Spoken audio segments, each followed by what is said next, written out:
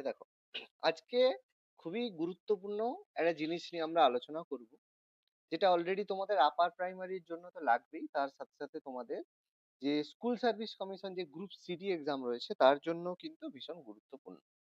সেটা কি? সেটা হচ্ছে ব্রিটিশ ভারতে, মানে ব্রিটিশরা ভারতে আসার পর আমাদের যে শিক্ষা বিস্তার করেছিল সেটা, এবং তার সাথে সাথে আমাদের যে জাতীয় শিক্ষা নীতি সেটা কিভাবে হয়েছে সেগুলো সম্পর্কে রয়েছে। তোমরা অলরেডি এটা সম্পর্কে টুকটাক পড়েছো, তো আমি একটু সেই জিনিসগুলো আবার একটু আলোচনা করে দিচ্ছি। দেখো, প্রথমে যদি কেউ প্রশ্ন করে তোমাকে যে ভারতকে পরাধীন করেছিল কারা, তোমরা বলবে স্যার পড়েছি তো, সহজ প্রশ্ন, ব্রিটিশরা। তো ব্যাপারটা কিন্তু ঠিক প্রশ্ন নয় যে ভারতকে পরাধীন করেছিল ব্রিটিশরা। ঠিক আছে? যেমন প্রথম ভাবে আমরা যদি দেখি ভারতের যে পরাধীনতা, মানে পরাধীন ভারত কথাটা হচ্ছে ঠিক মানে একটু অন্যরকম ব্যাপার। কারণ বিভিন্ন সময় ভারতে বিভিন্ন বিদেশি শাসকরা এসেছে এবং তারা এখানে সাম্রাজ্য বিস্তার করেছে। যেমন আমরা যদি বলি কুষাণ, কুষাণরাও বাইরে থেকে এসে ভারতে রাজত্ব করেছে। ঠিক আছে? তো এইভাবে কিন্তু ভারতকে বহু সময় বহু লোকে পরাধীন করেছে, মানে বাইরে থেকে এসে আমাদের উপরে শাসন করেছে। তো সেইভাবে যদি বলা হয় ভারতকে পরাধীন, সেটা বলাটা খুব কষ্টকর ব্যাপার। কিন্তু প্রকৃত অর্থে যদি ভারতকে পরাধীন বলা হয়, সেটা কিন্তু যখন ইসলামিক ইনভেশন হয়েছিল, মানে আরব থেকে যখন মুসলিমরা ভারতে এসেছিল, তো তারাই কিন্তু প্রথমে ভারতকে পরাধীন করেছিল। তো সেটাকেই প্রথম পরাধীন ভারত হিসেবে আমরা কনসিডার করি। কারণ যে ইসলাম বা মুসলিম যারা, তারা তো অ্যাকচুয়ালি ভারতীয় নয়, বা তাদের যে আইডিওলজি সেটা তো অ্যাকচুয়ালি ইন্ডিয়ান নয়। সেটা আরব থেকে ভারতে, আরবের যে কালচার, আরব থেকে সেটা উৎপন্ন হয়ে সেটা মানে সাম্রাজ্য বিস্তারের মাধ্যমে ভারতে এসেছিল। তো সেইভাবে মানে ইসলামিক ইনভেশনকে ফলো করে পরবর্তীকালে বিভিন্ন ইউরোপীয় শক্তি ভারতে আসে। তো ইউরোপীয়দের মধ্যে প্রথম যারা ভারতে এসেছিল তারা হচ্ছে পর্তুগিজ। প্রত্যেকেই আমরা জানি যে প্রথম ভারতে এসেছিল পর্তুগিজ, তার মধ্যে ছিল ভাস্কো ডা গামা। আমরা তার সম্পর্কে পড়েছি। তো ভাস্কো ডা গামা ভারতে এসেছিল কবে? 1498, তাই তো? তাই তো নাকি? ভাস্কো ডা গামা ভারতে এসেছিল কবে? 14 হ্যাঁ স্যার, 1498 কালিকট বন্দরে শেষ। 1498 সালে কালিকট বন্দর কালিকট বন্দরে 1498। ভাস্কো ডা গামা প্রথমে আসে। ঠিক আছে? তারপর সেটা তাকে ফলো করে ডাচ যারা তারা আসে। তারপর তাকে ফলো করে ডেনমার্কের অধিবাসী প্রত্যেকে কম বেশি আসে। এবং তারপরে ব্রিটিশরা ভারতে আসে কবে? 1600 খ্রিস্টাব্দে। এবার প্রথমে কিন্তু ব্রিটিশরা ভারতে আসে। ভারতে এসেছিল কে? একটা কোম্পানি এসেছিল, সেটা কোম্পানিটা ছিল ইস্ট ইন্ডিয়া কোম্পানি। তো ইস্ট ইন্ডিয়া কোম্পানি ভারতে আসে। ভারতে আসার পরে ভারতের যে শাসন ব্যবস্থা, ভারতের মানে ইস্ট ইন্ডিয়া কোম্পানি ভারতে আসার পরে কি হয়েছে, ইস্ট ইন্ডিয়া কোম্পানি ভারতে আসার পরে ভারতের যে বিভিন্ন শাসন ব্যবস্থা সেটা কিন্তু তারা ধীরে ধীরে নিজেদের হাতে নেয়। প্রথমে পলাশির যুদ্ধ তারা করে 1757, 1757 সালে পলাশির যুদ্ধ করে। তারপর 1764-এ বক্সারের যুদ্ধ করে। তারপর 65-তে দেওয়ানি লাভ করে। অর্থাৎ এইভাবে ইস্ট ইন্ডিয়া কোম্পানি কি করে, টোটালি ভারতকে ক্যাপচার করে, মানে ভারতের শাসন ক্ষমতা নেয়। তার মানে একটা জিনিস, মানে কোন দেশ কিন্তু প্রাথমিক অবস্থায় ভারতকে দখল করে। দখল করেছিল কে? একটা কোম্পানি। ভাবো আজকের দিনে আদানি কোম্পানি গিয়ে পাকিস্তান দখল করে নিয়েছে। ব্যাপারটা সেরকম। ঠিক আছে? বা রিলায়েন্স কোম্পানি গিয়ে পাকিস্তান দখল করেছে। ভারত আক্রমণ করেনি, এটা কোম্পানি গিয়ে দখল করে নিয়েছে। এভাবে চলেছে। তারপর ব্রিটিশরা কবে তাহলে আমাদের দখল করে বা তাদের হাতে কবে যায়? তাদের হাতে যায় 1858, 1858 সালে, যখন রানীর মানে কুইন ভিক্টোরিয়ার ভারত শাসন আইন হয়। তার ফলে ব্রিটিশরা কি করে, আমাদের হাতে মানে তারা নিজেদের হাতে ক্ষমতাটা নিয়েছে। তো ভারতকে পরাধীন কিন্তু ব্রিটিশরা করে, পরাধীন করেছিল একটা কোম্পানি।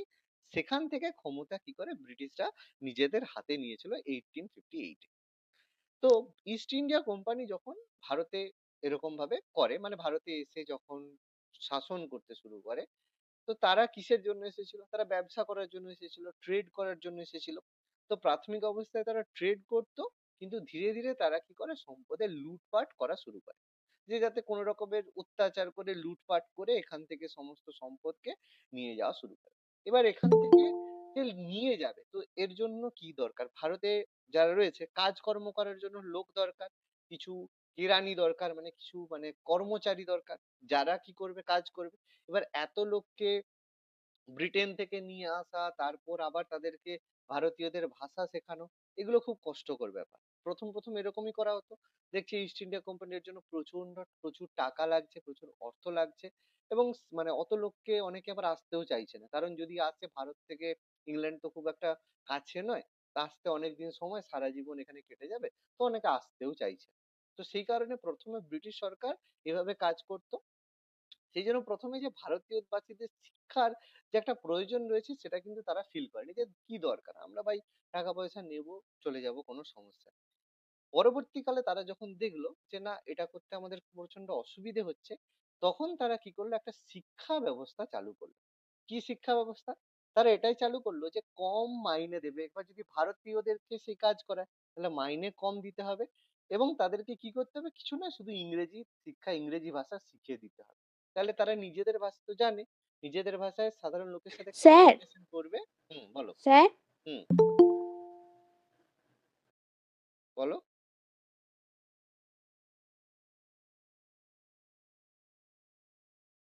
কি বলছো বলো?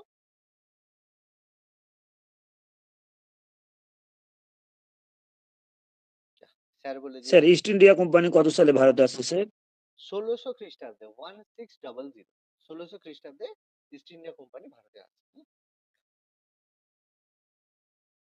আচ্ছা 1717 মানে স্যার? ১৭৫৭ পলাশির যুদ্ধ হয়েছিল, ১৭৬৪ বক্সারের যুদ্ধ হয়েছিল। হুম? এগুলো এখানে দরকার নেই, কারণ আমি এমনি না বলে স্যার দিচ্ছি। 1717 বলছি আমি। ১৭১৭ ফারুক সিয়ারের স্যার আমি ফরমান। 1717 বলছি। ১৭১৭ ফারুক সিয়ারের ফরমান, ঠিক আছে স্যার, যেটাকে আমরা দস্তক বলি। ঠিক আছে, যেটাকে ঠিক দস্তক। আছে স্যার। এটা হিস্ট্রিতে তোমাদের স্যার পড়াবে, বা যে স্যার পড়ায় বা যাকে স্যার বলেন পড়াতে, তিনি এখানে এগুলো আরো ডিটেলসে তোমাদের মানে এই ব্রিটিশদের শাসন সম্পর্কে পড়াবে। আমি শুধুমাত্র একটা মানে কি বলবো, সূচনা বা ভূমিকার একটা দরকার, সেই জন্য আমি এগুলো বলে দিচ্ছি। ঠিক আছে, তো বেসিক্যালি তাদের উদ্দেশ্যটাই ছিল যে ভারতীয় যদি হয় কম মাইনে হবে এবং তাদেরকে শুধু একটাই কাজ করতে হবে, ইংরেজি ভাষায় শিখিয়ে দাও, তারা ভারতের হয়ে মানে ইংরেজদের হয়ে কাজ করবে, যেটা আমরা এখনো করছি। ঠিক আছে, তো সেই হিসাবে প্রথম ভারতে যে শিক্ষা ব্যবস্থার প্রথম যদি কেউ কোনো ব্যক্তি এটার জন্য দায়িত্ব গ্রহণ করেছিল, সেটা হচ্ছে ওয়ারেন হেস্টিংস। ঠিক আছে, ওয়ারেন হেস্টিংস ব্রিটিশ ভারতের মানে প্রথম, কারণ রেগুলেটিং অ্যাক্ট তার সময় হয়েছিল এবং সেখান থেকেই ইস্ট ইন্ডিয়া কোম্পানির প্রথম গভর্নর জেনারেল পোস্ট তৈরি হয়েছে।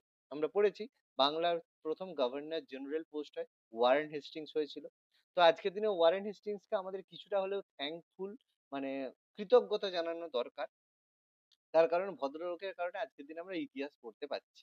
কারণ সেই সময় ভদ্রলোক যদি না থাকতো, সমস্ত ইতিহাস একদম মানে যা খুশি, এমনিতেই যা খুশি রয়েছে, আরো অনেক কিছু যা খুশি হয়ে যেত। ঠিক আছে, তো তার কারণেই বিভিন্ন প্রত্নতাত্ত্বিক সাইট যেগুলো রয়েছে সেগুলো খনন সূর্য হয়, মানে খনন কার্য হয় এবং তার সাথে সাথে অনেক কিছু আমরা সংরক্ষণ করি। তো প্রথম যে ব্যক্তি ওয়ারেন হেস্টিংস, তিনি প্রথমবার শিক্ষার জন্য একটা মানে কলকাতা মাদ্রাসা তৈরি করেছিল, যেটা বর্তমানে আলিয়া বিশ্ববিদ্যালয় নামে পরিচিত। তো এই ওয়ারেন হেস্টিংস সম্পর্কে অনেক কিছু ব্যাপার রয়েছে, কারণ সেই সময় প্রথম সুপ্রিম কোর্ট তৈরি হয়েছিল এবং ভদ্রলোক প্রচন্ড বেশি ঘুষ নিতেন। এই জন্য তার সময় একটা কেস হয়েছিল মহারাজা নন্দকুমার, যেটাকে জুডিশিয়াল মার্ডার বলা হয়। যে সেই সময় ওয়ারেন হেস্টিংস একমাত্র গভর্নর জেনারেল ছিল যাকে ঘুষ নেওয়ার অপরাধে ইমপিচমেন্ট করা হয়েছিল, কিন্তু সেটা প্রমাণ করা যায়নি, কারণ যা তিনি কাজকর্ম করতেন সব তিনি যাকে বলে মাটি চাপা দিয়ে দিতেন। ঠিক আছে, তো এগুলো হিস্ট্রিতে স্যার তোমাদের বা পরে যদি যতটা প্রয়োজন হবে পড়ানো হবে, কোনো সমস্যা নেই। তো যে ওয়ারেন হেস্টিংস, তিনি এটা প্রথমবার কলকাতা মাদ্রাসা চালু করেছেন। তো পরীক্ষায় প্রশ্ন এরকম আসতে পারে যে কলকাতা মাদ্রাসা কবে চালু হয়, ১৭৮১, বা কে চালু করেন এটা। তারপর গুরুত্বপূর্ণ একটা কলেজ যেটা তৈরি হয়েছিল প্রথমবার, সেটা হচ্ছে সংস্কৃত কলেজ। বারাণসী বা বেনারসি যে সংস্কৃত কলেজ তৈরি হয় ১৭৯১-তে জোনাথন ডানকান। খুবই গুরুত্বপূর্ণ এগুলো পড়ে যে কোনটা কবে প্রতিষ্ঠা হয়েছিল। তারপর সব থেকে যুগান্তকারী একটা প্রতিষ্ঠান হয়েছিল, সেটা হচ্ছে ১৮০০ খ্রিস্টাব্দে 1800-এ লর্ড ওয়েলেসলি, যিনি তৈরি করেছিলেন ফোর্ট উইলিয়াম কলেজ। তো আমরা জানি ফোর্ট উইলিয়াম যদি দুর্গ বলা হয়, ফোর্ট মানে ফোর্ট উইলিয়াম প্রথমে দুর্গ হয়েছিল, সেই দুর্গের মধ্যে কলেজ হয়েছিল। যদি প্রথমে বলা হয় ফোর্ট উইলিয়াম দুর্গ কবে গঠন হয়, সেটা কিন্তু ১৭০০ খ্রিস্টাব্দে। ১৭০০ খ্রিস্টাব্দে দুর্গ গঠন হয় আর কলেজটা তৈরি হয়েছিল ১৮০০ খ্রিস্টাব্দে, 1800 ১৮০০ খ্রিস্টাব্দে। তো এখানে লর্ড ওয়েলেসলি কি করে, এইসব যে কোম্পানি রয়েছে, কোম্পানির কর্মচারী যে রয়েছে তাদের দেশীয় ভাষা, মানে এরা হচ্ছে যারা বাংলায় রয়েছে তারা বাংলা ভাষা শেখানো হবে, যারা মাদ্রাজে রয়েছে মাদ্রাজ মারাঠি শেখানো হবে।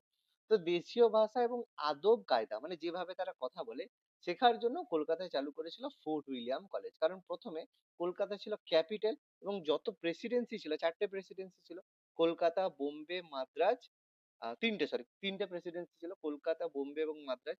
তো 3টে প্রেসিডেন্সিতেই কিন্তু গভর্নর থাকতো, কিন্তু সবার হেড হতো কলকাতা, কারণ কলকাতা ক্যাপিটাল ছিল।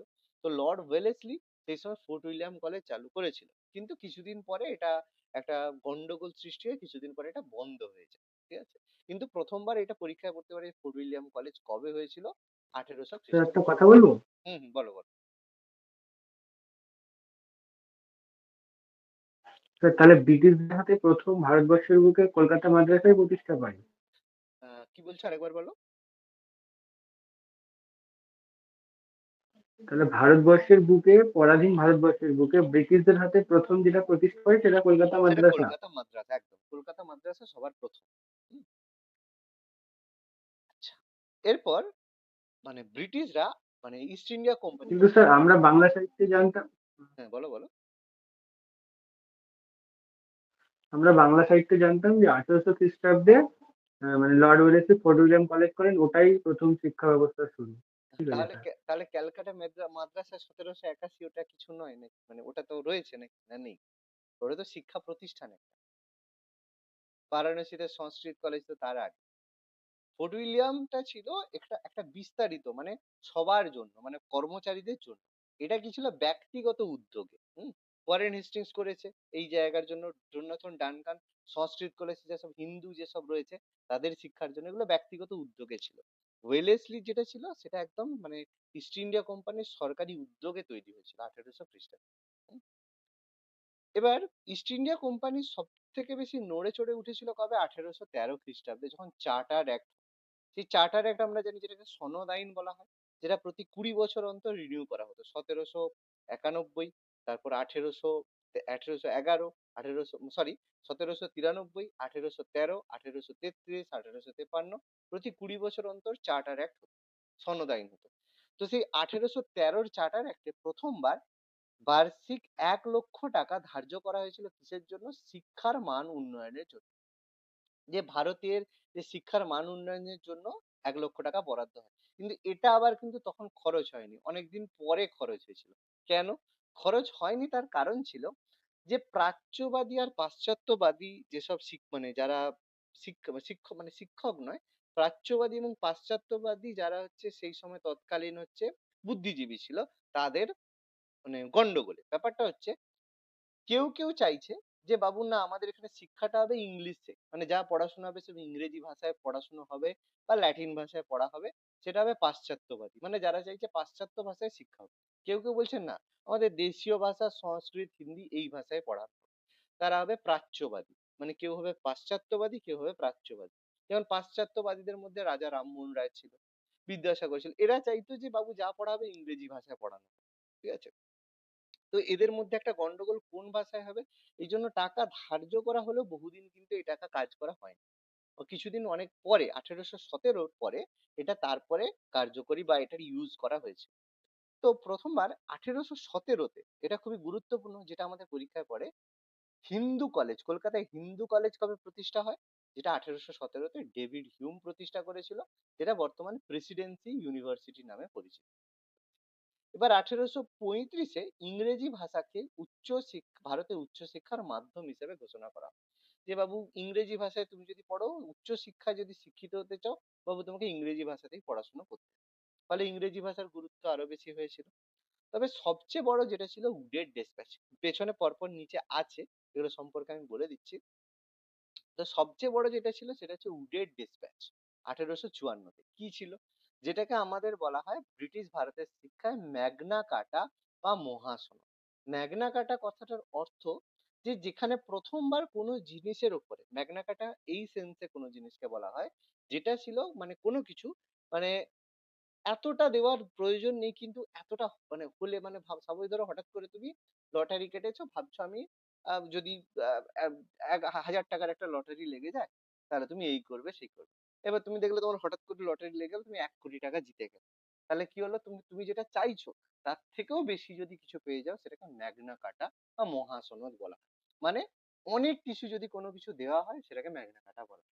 কেন? কারণ উডের ডেসপ্যাচে প্রথমবার কি করা হয়েছিল, যে প্রাথমিক থেকে মানে একদম প্রাইমারি থেকে উচ্চ শিক্ষা পর্যন্ত একটা পাঠ্যক্রম বা সিলেবাস তৈরি করা হয়েছিল। এতদিন পর্যন্ত কিন্তু কোনো কিছু সিলেবাস অনুযায়ী কিছু হয়নি, বা প্রাইমারি স্কুলে কি সিলেবাস হবে সেরকম কিন্তু হয়। এবং সবচেয়ে বড় ব্যাপার ছিল এই উডের ডেসপ্যাচে হয়েছিল যে প্রাথমিক শিক্ষার জন্য, যে প্রাইমারি এডুকেশনের জন্য বেছে নেওয়া হয়েছিল স্থানীয় ভাষাকে। মানে যে কেউ যদি মানে প্রাইমারি স্কুলে পড়ো, তাহলে অবশ্যই তোমাকে স্থানীয় ভাষা মানে বাংলা বলো, হিন্দি বলো, যে যে ভাষায় পড়ো সেটা। তো এটা এক কথায় মানে চিন্তার বাইরে। মানে এটা কেউ ভাবতেই পারেনি যে এটাও আবার হতে পারে। কেউ কোনো স্থানীয় ভাষায় প্রাইমারি স্কুলে, মানে তখনকার দিনে ভাবনাটাই দুরস্ত ছিল।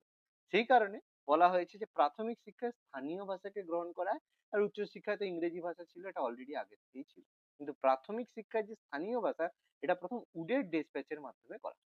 তো এখানে পুরোপুরি সিলেবাস করা হয় যে প্রাথমিক স্তরে কি পড়ানো হবে, মাধ্যমিক স্তরে কি পড়ানো হবে, উচ্চশিক্ষা স্তরে কি কি পড়ানো হবে, তার পুরো বিভাগ তিনি করে দিয়েছে। এবং তার সাথে সাথে এই দেশীয় ভাষায় শিক্ষার জন্য প্রাথমিক বিদ্যালয়, ইঙ্গো দেশীয় ভাষায় মাধ্যমিক বিদ্যালয়, অনুমোদিত কলেজ এরকম প্রতিষ্ঠা হয়। যেখানে প্রথমবার আরেকটা কারণে উডের ডেসপ্যাচ গুরুত্বপূর্ণ, যেখানে নারী শিক্ষার উপরে গুরুত্ব দেওয়া হয়েছে, যে যাতে মহিলারা, মেয়েরা মানে ঘরোয়া পরিবেশে শিক্ষা মানে গ্রহণ, শিক্ষার প্রবণতা সৃষ্টি, এবং বেসরকারি শিক্ষা প্রতিষ্ঠানগুলোকেও সরকারি অনুদান দেওয়া শুরু হয়েছিল। মানে এক কথায় সমস্ত কিছু দেওয়া কথা ঘোষণা করা হয়েছিল উডের ডেসপ্যাচের মধ্যে। এই কারণে এটাকে ম্যাগনা কাটা বলা হয়। মানে এক কথায় সমস্ত প্যাকেজ তার মধ্যে দিয়ে দেওয়া হয়, ঠিক আছে?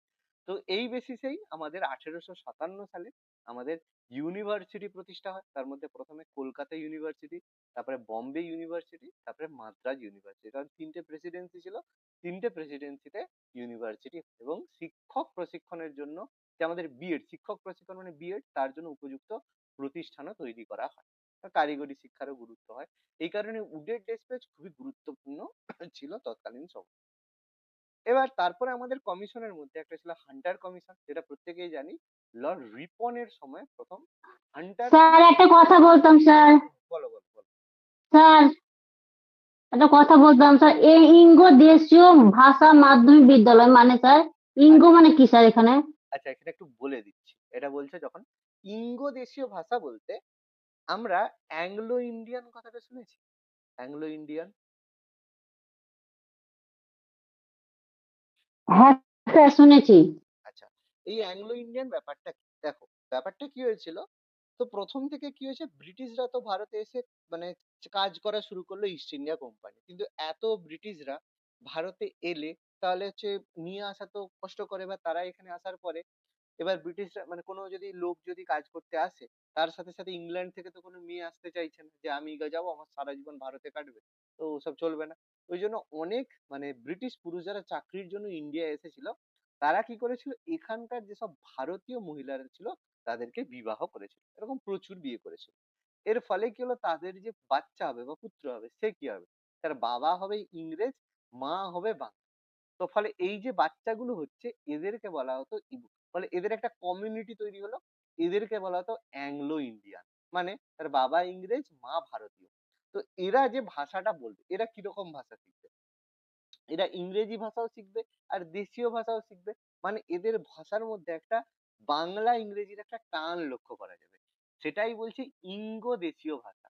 মানে দেশে মানে ইন্ডিয়াতে তারা বাঙালি, কিন্তু তাদের বাবা যেহেতু ইংরেজ, তাহলে তাদেরকে তো দুরকম ভাষাই তাদেরকে জানাতে হবে, দুটো ভাষায়। সেটাই হচ্ছে ইঙ্গো দেশীয় ভাষা। কথাটা এবার বোঝাতে পেরেছি?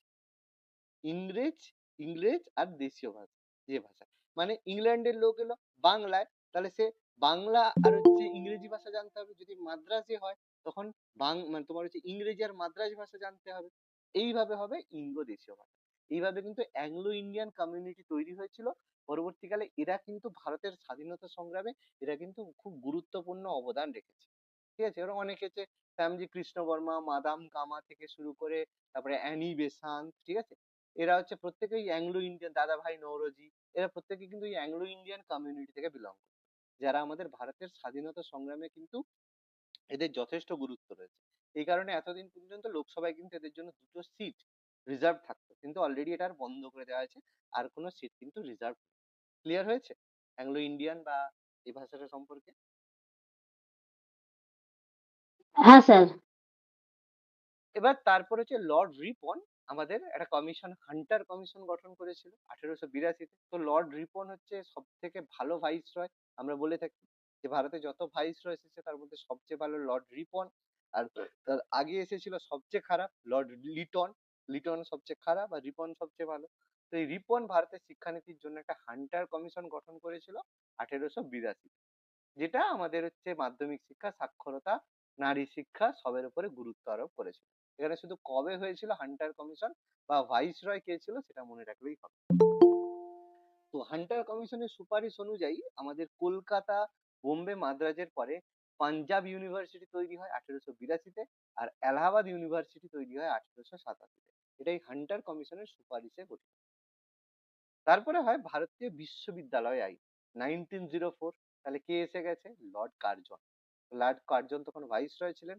তো তিনি 1904 সালে ভারতীয় বিশ্ববিদ্যালয় আইন পাস করে এবং কার্যকর করে।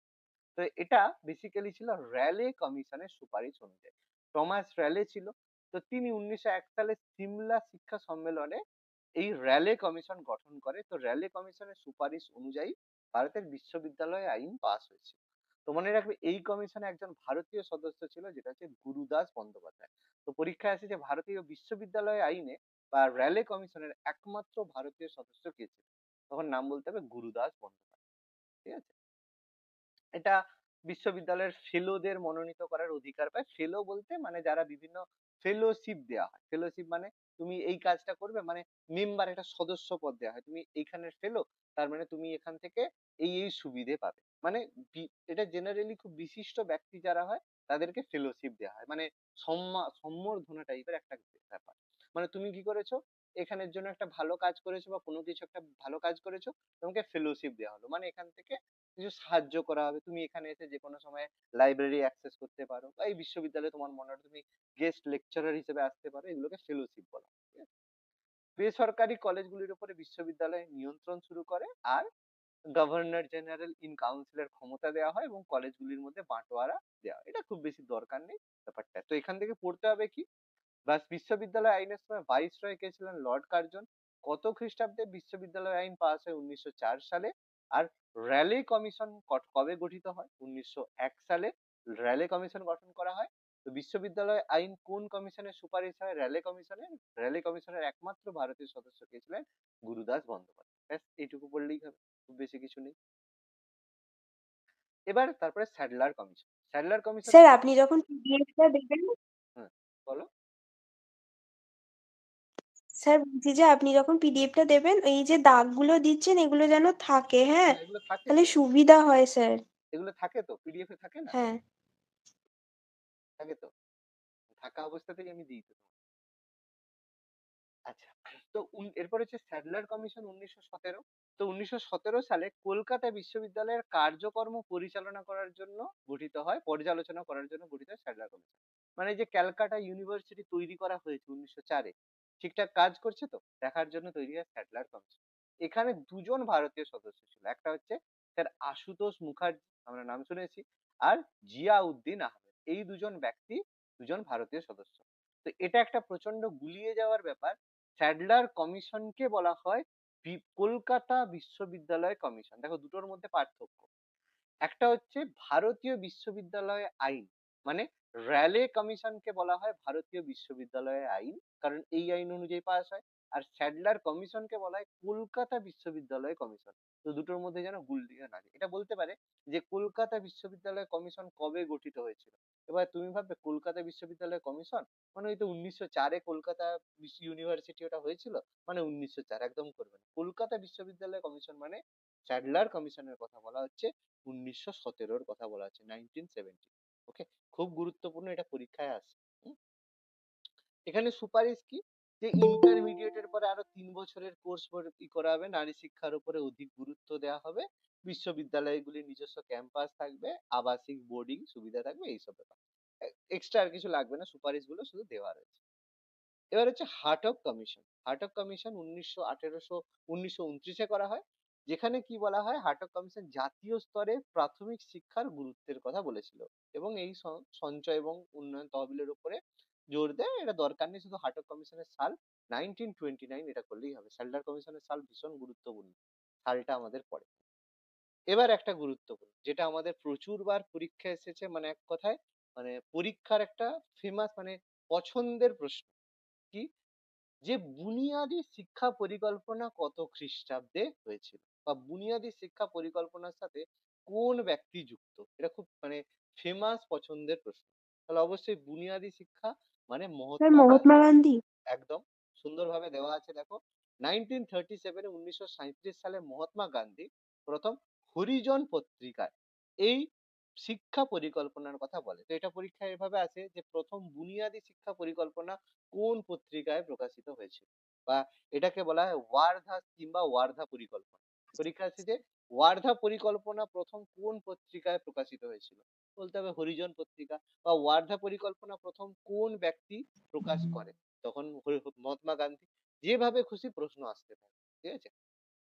তো এর এর মূল কথা কি ছিল, ব্যাপার ছিল যে কাজের স্যার দাগ মাধ্যমে। দিয়ে রাখুন। কি বলছো বাবা?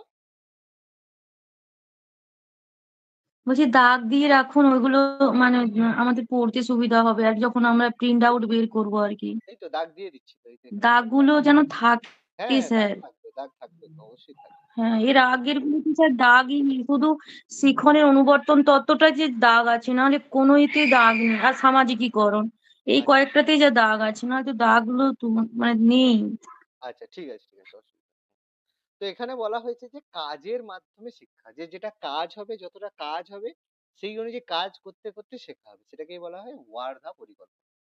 তো মহাত্মা গান্ধী ছাড়াও এর সাথে যুক্ত ছিলেন জাকির হোসেন, জাকির হোসেন কমিটি। তো এই জাকির হোসেন কি হয়েছিল, পরবর্তীকালে ভারতের রাষ্ট্রপতি হয়েছিলেন, মনে আছে যে প্রথম মুসলিম রাষ্ট্রপতি হয়েছিলেন জাকির হোসেন 1967-এ, কিন্তু 1969 সালে 69-এ তিনি মারা যান। ওই জন্য প্রশ্ন আছে প্রথম কর্মরত অবস্থায় কোন রাষ্ট্রপতি মারা যান, জাকির হোসেন, ঠিক আছে। তো এই জাকির হোসেন বহুদিনের ভালো শিক্ষাবিদ ছিলেন। তো তিনি এই পরিকল্পনা কাজ করেছিলেন বা ওয়ার্ধা পরিকল্পনার সাথে মহাত্মা গান্ধী ছাড়া আর কোন ব্যক্তি যুক্ত, জাকির হোসেনের নাম মনে রাখবেন, ঠিক আছে, খুব ইম্পর্টেন্ট জিনিস। তারপরে সার্জেন্ট পরিকল্পনা 1914, এটা বেসিক্যালি কি ছিল, এটাই ছিল ভারতে বুনিয়াদী শিক্ষার জন্য যে বিদ্যালয় এবং উচ্চ বিদ্যালয়গুলি স্থাপনের উপরে জোর দেয়, যেখানে বলা হয় যে 6 থেকে 11 বছর বয়সী ছেলেদের জন্য সার্বজনীন অবৈতনিক শিক্ষাদানের কথা বলা হয়। সবার জন্য শিক্ষা এবং কোনো রকমের পয়সা লাগবে না 6 থেকে 11 বছর। তো এই পরিকল্পনায় প্রথম 6 বছরের বিদ্যালয় পাঠ্যক্রমের সুপারিশ করে। পরীক্ষা আছে যে কোন পরিকল্পনায় প্রথম 6 বছরের বিদ্যালয় পাঠ্যক্রমের সুপারিশ করা হয়, সার্জেন্ট পরিকল্পনা, ঠিক আছে, আমি মার্কিং করে দিচ্ছি, এভাবে মনে রাখবে। যেখানে প্রথমবার এই যে বিদ্যালয়গুলিকে একাডেমিক আর ভোকেশনালে ভাগ করা এবং ইন্টারমিডিয়েট স্তর অবলুপ্তির কথা প্রস্তাব দেয়, যাতে এইচএস না থাকে। কিন্তু এগুলো পড়াতে এমনি জাস্ট পড়বে। এবার পরে খের কমিটি এর সময়কাল কমিয়ে 16 বছরের করে। এগুলো খুব বেশি দরকার নেই, এখান থেকে পড়তে হবে কোনটা, সার্জেন্ট পরিকল্পনা কত সাল, 1944 সালে। কোন পরিকল্পনায় প্রথম 6 বছরের বিদ্যালয় পাঠ্যক্রমের সুপারিশ করা হয়, এটা সার্জেন্ট পরিকল্পনা। ব্যাস এইটুকু করলেই হবে, প্রচুর পড়তে হবে না, ওই 1 লাইন 2 লাইন করেই পড়তে হবে, ঠিক আছে। আমি পরের দিন এমসিকিউ করাবো, বুঝতে পেরে যাবে যে কোন জায়গা থেকে কতটুকু পড়তে হবে। এবারে সরকার কমিটি, যেটা নলিনী রঞ্জন সরকার। স্যার স্যার স্যার স্যার বলো ইন্টারমিডিয়েট একবার বলুন স্যার। স্যার বলো, হ্যাঁ বলো, স্যার হ্যাঁ বলো বলো শুনছি। ইন্টারমিডিয়েটটা বলেন আর একবার স্যার। ইন্টারমিডিয়েট মানে ইন্টারমিডিয়েটটা বলেন স্যার আর এইচএস, একবার। ইন্টারমিডিয়েট মানে এইচএস এর কথা বলা হচ্ছে। হায়ার সেকেন্ডারি মানে মাধ্যমিক আর ডিগ্রি কোর্সের মাঝখানে যেটা হয় সেটাকে ইন্টারমিডিয়েট, ঠিক আছে।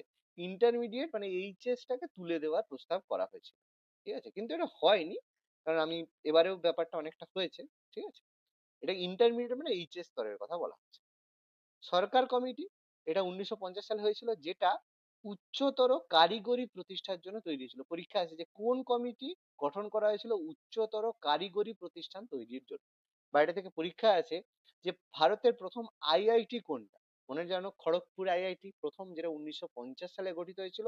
কোন কমিটির সুপারিশে প্রথম খড়গপুর আইআইটি তৈরি হয়, সরকার কমিটির সুপারিশে। এখান থেকে এইরকম টাইপের কয়েকটা প্রশ্ন আছে, ঠিক আছে। যে ভারতের প্রথম আইআইটি কোনটা প্রতিষ্ঠা হয়েছিল, খড়গপুর আইআইটি।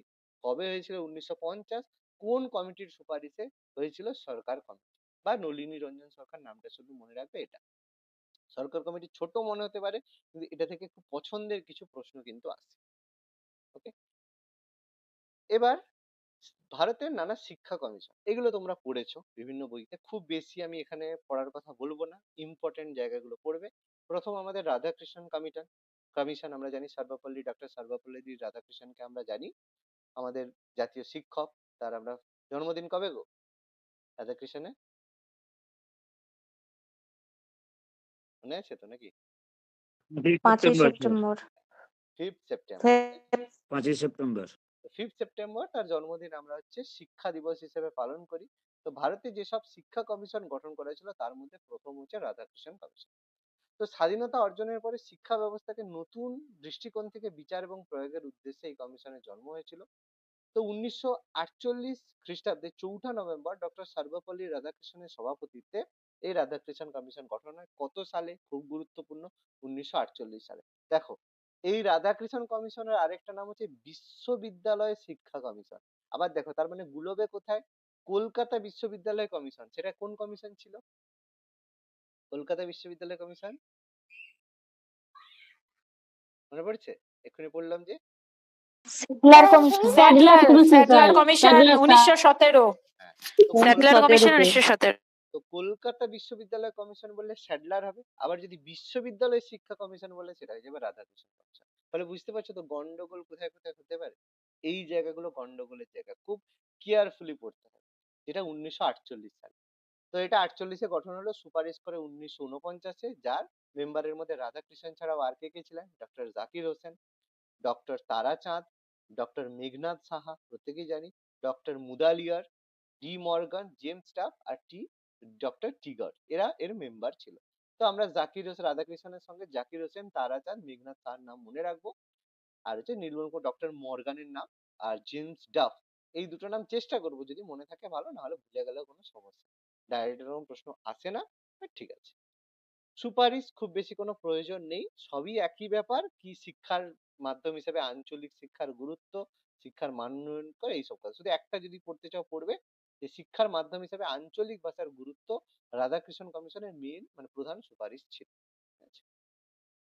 এরপর মুদালিয়ার কমিশন রাধাকৃষ্ণনের পরে গঠন হয়, যেটা আবার মাধ্যমিক শিক্ষা কমিশন নামে গঠিত। পরীক্ষায় কিন্তু ডাইরেক্ট মুদালিয়ার কমিশন পড়বে না, বলবে মাধ্যমিক শিক্ষা কমিশন কবে গঠিত হয়েছে। এটা হচ্ছে 1952 সালে। মাধ্যমিক শিক্ষা কমিশনকেই মুদালিয়ার কমিশন বলে। ম্যাচ মনে রাখবে কি করে? মনে রাখতে পারে, মুদালিয়ার মাধ্যমিক, এইভাবে মনে রাখবে। তো এটা বেসিক্যালি ছিল 10+2+3, মানে ক্লাস 10, তারপর 2 বছরের এইচএস, 3 বছরের গ্রাজুয়েশন, মানে যেটা আমাদের এখনো রয়েছে। তো মুদালিয়ার কে ছিলেন? লক্ষণ স্বামী মুদালিয়ার মাদ্রাজ ইউনিভার্সিটির উপাচার্য ছিলেন। এই কমিশনের সম্পাদক ছিল অনাথনাথ বসু। এটা পরীক্ষা আছে যে মুদালিয়া কমিশনের সম্পাদক কে ছিলেন? অনাথনাথ বসু। এর সঙ্গে মেম্বার ছিলেন হংস মেহতা, যিনি পরবর্তীকালে হংস মেহতা কমিটির গঠন করে। এবারে তার পৌরওয়ালা শ্রীমালি, টি ব্যাস, সংদিয়ান, অনাথনাথ বসু, যে জন ক্রিস্টি, এটা পড়ে রাখবে। আর উইলিয়াম, মানে যদি পরীক্ষায় আসে, এটা আসতে পারে যে মুদালিয়ার কমিশনে কে মানে বিদেশি সদস্য দুজন যে ছিলেন তার নাম, বা কে বিদেশি সদস্য, দুটোর মধ্যে একটা। ক্রিস্টি উইলিয়াম মানে জাস্ট এমসিকিউ এর মতো হিসেবে মনে রাখলেই। বেসিক্যালি কিসের জন্য? মাধ্যমিক শিক্ষা সম্পর্কে অনুসন্ধান এবং উপযোগিতা বিচার করার জন্য এটা এই কমিশন তৈরি হয়েছে। 1952 সালে কমিশন কাজ করে, রিপোর্ট পেশ করে 53, যার পৃষ্ঠা ছিল 311। মাঝে মাঝে কিছু বাজে প্রশ্ন আসে, খুব একটা আসে না, যে কত পৃষ্ঠা রিপোর্ট ছিল, এরকম প্রশ্ন মাঝে মাঝে একটা মানে বাজে কোশ্চেন এসে থাকে। এগুলো খুব রিস্কি ব্যাপার, সবার মনে রাখাটা সম্ভব নয়। ঠিক আছে? তবে মুদালিয়ারের এই পৃষ্ঠাটা মাঝে মাঝে পরীক্ষায় এসেছে, এই জন্য একটাই আমি দিয়েছি মুদালিয়ারটা। যদি হয় তো করবে, না হলে ছেড়ে দেবে। ঠিক আছে? পড়তেও পারে, নাও পড়ে। এখানে শিক্ষার লক্ষ্য যুব সমাজের চরিত্র, ব্যক্তিত্বের বিকাশ, 17 বছর পর্যন্ত পূর্ণাঙ্গ মাধ্যমিক শিক্ষা, আবশ্যিক পাঠের পাশাপাশি শিক্ষার্থীর ঐচ্ছিক পাঠের উপরে ঐচ্ছিক পাঠের কথা বলে। এটা পরীক্ষা আছে যে ঐচ্ছিক পাঠের কথা প্রথম কোন কমিশন বলেছিল, যে একটা অপশনাল সাবজেক্টের কথা। এটা মুদালিয়ার কমিশন প্রথমবার বলেছিল। প্রত্যেকটা ওই একটা একটা করে পয়েন্ট যেটা হাইলাইটেড। তারপরে কোঠারি কমিশন, ভেরি ফেমাস, যেটার আবার দেখো আরেকটা নতুন নাম, ভারতীয় শিক্ষা কমিশন। তো পরীক্ষা আসবে যে ভারতীয় শিক্ষা কমিশন কবে গঠিত হয়েছিল, সে অ্যাকচুয়ালি জানতে চাইছে কোঠারি কমিশনের কথা। 1964 সালে। এর সদস্য ছিল 17 জন, যার মধ্যে 11 জন ভারতীয়, 6 জন বিদেশি। ওসব নাম মনে রাখার দরকার নেই, ঠিক আছে? শুধু অধ্যাপক ছিল ডি এস কোঠারি, তার নাম অনুসারে কোঠারি কমিশন। সম্পাদক ছিল জে পি নায়েক। এই দুটো নাম শুধু মনে রাখতে চেষ্টা করবে, যদি মনে থাকে ভালো, না মনে রাখলেও কোনো সমস্যা নেই। 64-তে কাজ শুরু করে, রিপোর্ট পেশ করে 66-তে। রিপোর্টটা কবে হয়েছিল, গঠনটা কবে হয়েছিল, এইটুকু মনে রাখবে। 21 মাস। পৃষ্ঠা ছিল 692 পৃষ্ঠা, ঠিক আছে? এই দুটোরই পৃষ্ঠা শুধু মানে কম বেশি একটা একটা প্রশ্ন পড়ে, মুদালিয়ার আর কোঠারি। আর এখানেও যে এটা ছিল 10+2+3, খুব বেশি দেখো সবেই কম বেশি এইটাই বলেছে, এক্সট্রা কিছু নেই। এরপর আমাদের হংস মেহতা কমিটি। এটা বেসিক্যালি ছিল, হংস মেহতা কমিটি গঠন করা হয়েছিল। এটা ভীষণ ফেমাস কেন ছিল? এটা তৈরি করা হয়েছিল জাতীয় নারী শিক্ষা পরিষদ দ্বারা। এটা পরীক্ষা আছে যে কোন কমিটি জাতীয় নারী শিক্ষা পরিষদ দ্বারা গঠিত হয়েছিল। খুব ফেমাস, পরীক্ষা আছে যে জাতীয় নারী শিক্ষা পরিষদ দ্বারা গঠিত কমিটি কি ছিল? হংস মেহতা কমিটি, যেটা 1961। এটা কি ছিল? এর উদ্দেশ্য খুব মানে খুব ভালো, মানে এটা খুব ইম্পর্টেন্ট, মনে রাখাটা খুব দরকার, যে ছেলে এবং মেয়েদের জন্য শিক্ষার বিভিন্ন স্তরে পাঠ্যক্রমের পার্থক্য বিশ্লেষণ করা, যাতে মেয়েরাও সমান সুবিধা পেয়ে। বেসিক্যালি এই কমিটি সুপারিশ করেছিল যে মাধ্যমিক এবং প্রাথমিক এবং মাধ্যমিক স্তরে অভিন্ন পাঠ্যক্রম হওয়া উচিত। মানে ছেলেরাও যেটা পড়ছে মেয়েরাও যেন সেটা পড়ে। মানে আগে কি হতো, মেয়েদের জন্যই হোম সায়েন্স, ঠিক আছে, আর যাতে সেলাই, নাচ এই সব হবে, ঠিক আছে? মেয়েদের কত বিজ্ঞান গণিত টণিত পড়ে মেয়েদের অত লাভ নেই। এই জন্য মেয়েদেরকে সব পড়ানো হতো। এই জন্য হংস মেহতা কমিটি প্রথম সুপারিশ করে যে না, মাধ্যমিক প্রাথমিক এবং মাধ্যমিক স্তর পর্যন্ত অভিন্ন পাঠ্যক্রম, মানে যা পড়বে ছেলে মেয়েরা সব একই পড়বে। যে হোম সায়েন্স, গার্হস্থ্য বিজ্ঞান মানে হোম সায়েন্স, সঙ্গীত, অঙ্কন, এগুলো হচ্ছে ঐচ্ছিক হওয়া উচিত, পড়তেই হবে এরকম, ঠিক আছে? এই বিষয়গুলো হচ্ছে ঐচ্ছিক। তুই যদি চায় পড়তে পারে, কোনো মেয়ে যদি চায় পড়তে পারে। তো এখানে মেয়েদেরও বিজ্ঞান এবং গণিত নিতে উৎসাহিত করার কথা বলা হচ্ছে, যাতে তারা পড়ে। মূল সুপারিশ করলো যে প্রাথমিক এবং মাধ্যমিক স্তরে ছেলে মেয়েদের জন্য অভিন্ন পাঠ্যক্রম, খুব ভাইটাল। কোন কমিশন প্রথমবার মেয়ে নারী পুরুষদের জন্য বা ছেলে মেয়েদের জন্য প্রথম অভিন্ন পাঠ্যক্রমের কথা বলে? এটা হচ্ছে Hansa Mehta committee. Home science গুরুত্বপূর্ণ হলেও বাধ্যতামূলক নয় বাকি জিনিসের জন্য। এবার কোনো মেয়ের যদি সঙ্গীত বা অঙ্কন এইসবের প্রতি যদি ইন্টারেস্ট থাকে, সেরকম ব্যবস্থা যেন স্কুলে থাকে। মেয়েদের পর্যাপ্ত সংখ্যায় কি করা উচিত, আর শারীরিক শিক্ষার পরিবর্তে হস্তশিল্পকে মেয়েদের শিক্ষার অংশ করা উচিত। যে ছেলেদের যেমন দেখো শারীরিক শিক্ষা, যেটা আমাদের ওই পিটি ফিটি যেসব করা হয়েছে, ঠিক আছে, সেটা মেয়েদের না করে মেয়েদের সেই জায়গায় হস্তশিল্পকে গুরুত্ব দেওয়ার কথা বলা হচ্ছে, যাতে শারীরিক দিক থেকে মেয়েরা মানে ওইভাবে না করে মেয়েদের যেন করে। কারণ এখনকার দিনে মেয়েরাও সব দেখো এই সমস্ত কিছু করতে পারে, কিন্তু তখনকার দিনে তো অতটা রেস্ট্রিক্টেড সময় ছিল, তখন তো অত কিছু করা যেত না। তো এত কিছু হওয়ার পরে গভর্নমেন্ট মানে ফাইনালি ইন্দিরা গান্ধী 1968-এ নিয়ে এলো ভারতের প্রথম জাতীয় শিক্ষানীতি। তো ইন্দিরা গান্ধী প্রথমে এই কোঠারি কমিশন যে সুপারিশ করেছিল, তার ভিত্তিতে প্রথমবার জাতীয় শিক্ষানীতি 1968-এ কার্যকরী করে। খুব গুরুত্বপূর্ণ। ভারতের প্রথম জাতীয় শিক্ষানীতি কবে হয়েছিল? 1961-এ। বা ভারতের প্রথম জাতীয় শিক্ষানীতি তৎকালীন প্রধানমন্ত্রী কে ছিলেন? ইন্দিরা গান্ধী। এবং শিক্ষামন্ত্রী ছিলেন ডক্টর ত্রিগুণা সেন। এই দুটো নাম পরীক্ষায় কিন্তু আসে, গুরুত্বপূর্ণ, ঠিক আছে? উল্লেখযোগ্য কি বলা হয়েছিল? মূল ছিল যে 14 বছর পর্যন্ত সকলের জন্য বিনামূল্যে এবং বাধ্যতামূলক শিক্ষা কথা। এছাড়া 3 ভাষা সূত্র, মানে যে যে ভাষায় আছে আঞ্চলিক ভাষা শিখতে হবে, হিন্দি শিখতে হবে এবং ইংরেজি শিখতে হবে, মানে 3টে ভাষা শিখতেই হবে। এবং অবশ্যই প্রাথমিক মাতৃভাষা থাকবে, মাতৃভাষাতে প্রাথমিক শিক্ষা থাকবে। এবং শিক্ষা খাতে জাতীয় আয়ের 6% বরাদ্দ করা, যেটা আবারও দেখো বরাদ্দ করা 2020-তেও বলা হয়েছে, কিন্তু যাই হোক বলে লাভ নেই, হয় না কখনো। মূল লক্ষ্যগুলো আলাদা করে আমি দিয়ে দিয়েছি, যে বিনামূল্যে বাধ্যতামূলক শিক্ষা 14 বছর পর্যন্ত, 3 ভাষা মাধ্যমিক স্তরে হিন্দি, ইংরেজি এবং আঞ্চলিক ভাষা বাধ্যতামূলক, প্রাথমিক শিক্ষায় মাতৃভাষার গুরুত্ব, জাতি, বর্ণ, ধর্ম, লিঙ্গ সবার জন্য সমান শিক্ষা, 10+2+3 কাঠামো চালুই থাকবে, যেটা আমাদের দেশব্যাপী রয়েছে, ঠিক আছে? 3 ভাষা গুরুত্বপূর্ণ, ঠিক আছে?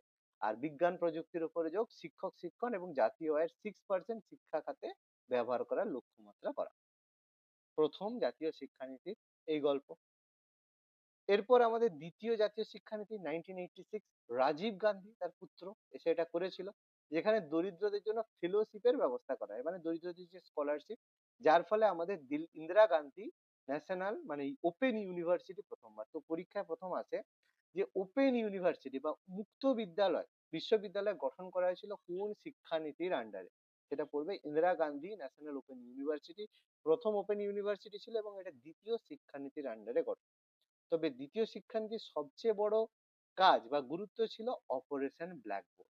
কি ছিল অপারেশন ব্ল্যাকবোর্ড? হচ্ছে 1987 ভারত সরকার একটা মানে নীতি চালু করেছিল, সেন্ট্রাল গভর্নমেন্ট স্পন্সর করেছিল, যে 1986 সালের যে জাতীয় শিক্ষানীতি অনুযায়ী দেশের প্রাথমিক বিদ্যালয়গুলির জন্য ন্যূনতম অপরিহার্য সুবিধা যেন থাকে, যে প্রাইমারি স্কুল তো হবেই, ন্যূনতম যেন এই ফেসিলিটি না হলে একটা প্রাইমারি স্কুল হবে।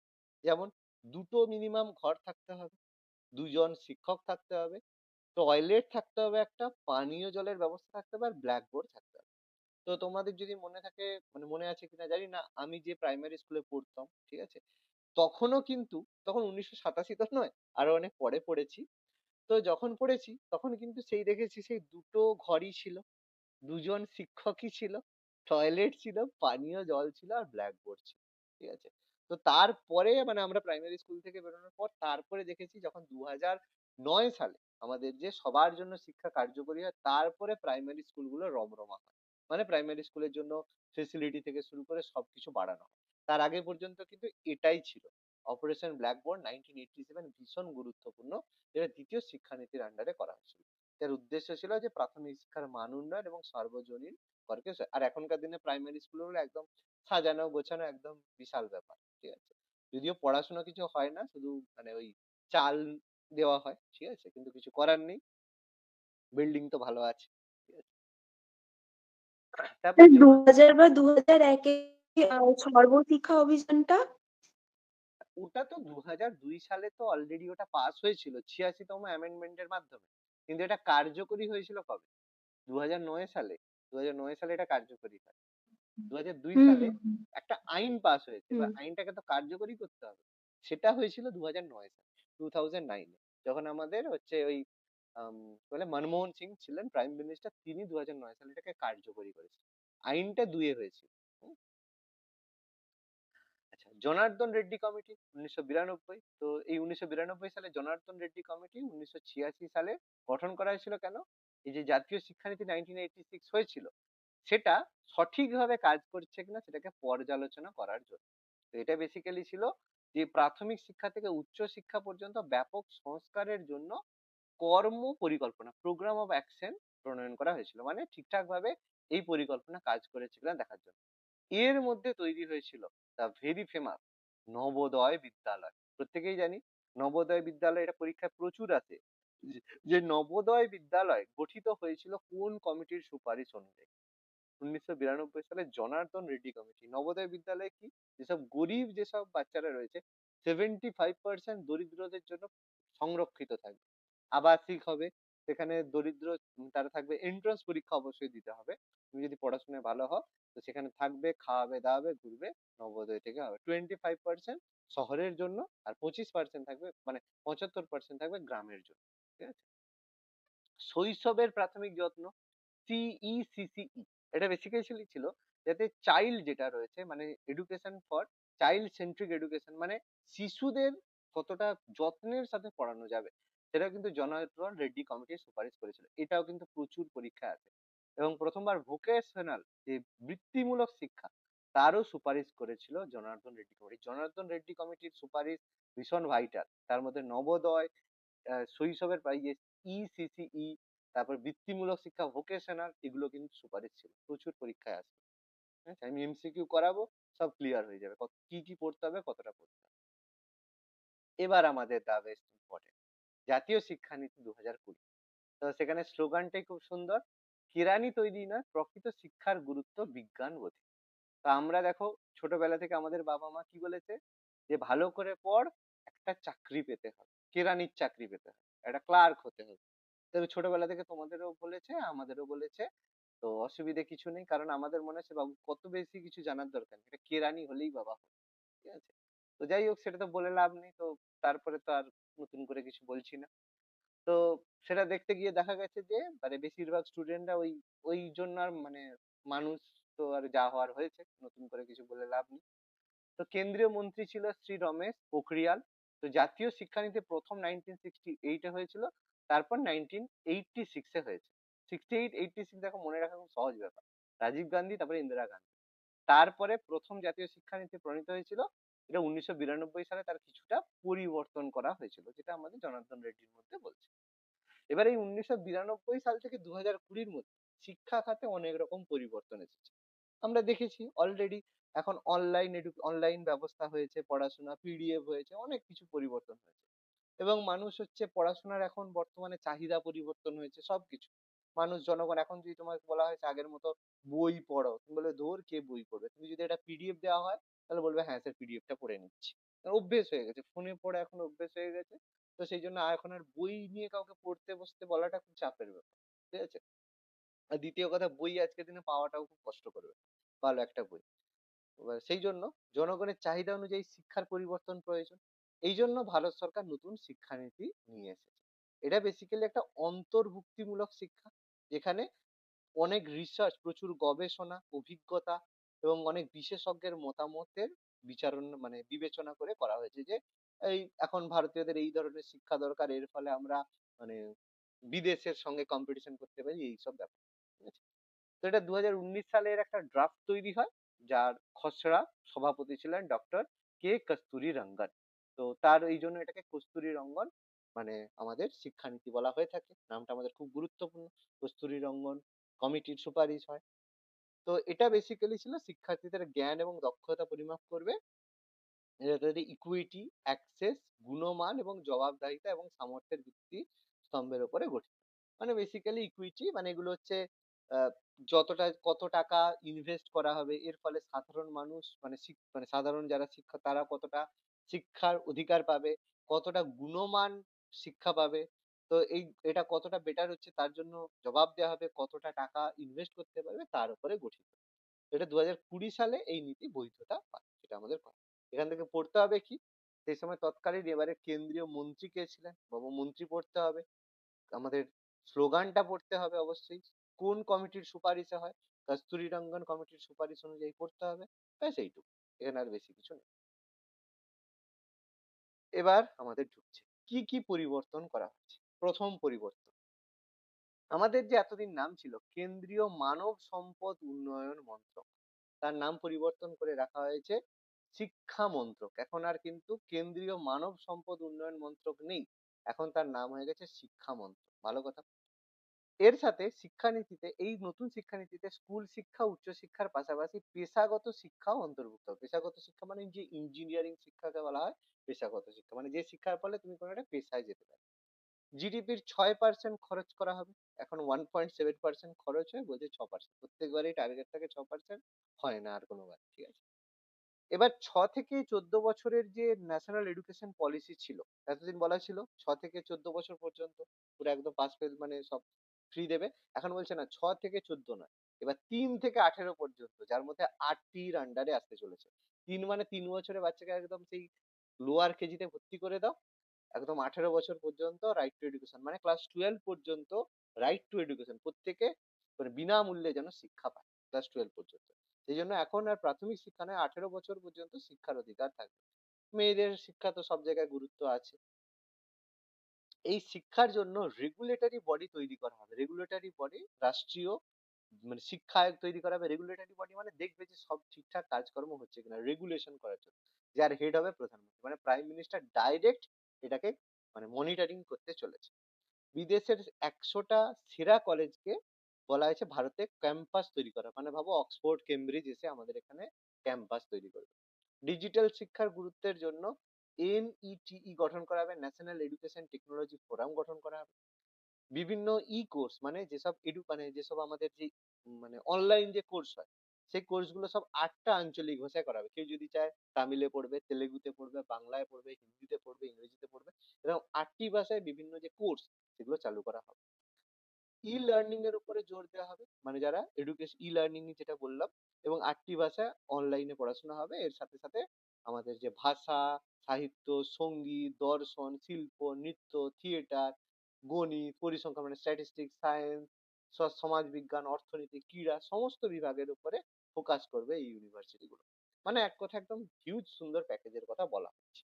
কটা হবে না হবে কিছু জানার দরকার নেই, বাট হবে বলে দেওয়া হয়েছে এইসব কথা। ঠিক আছে?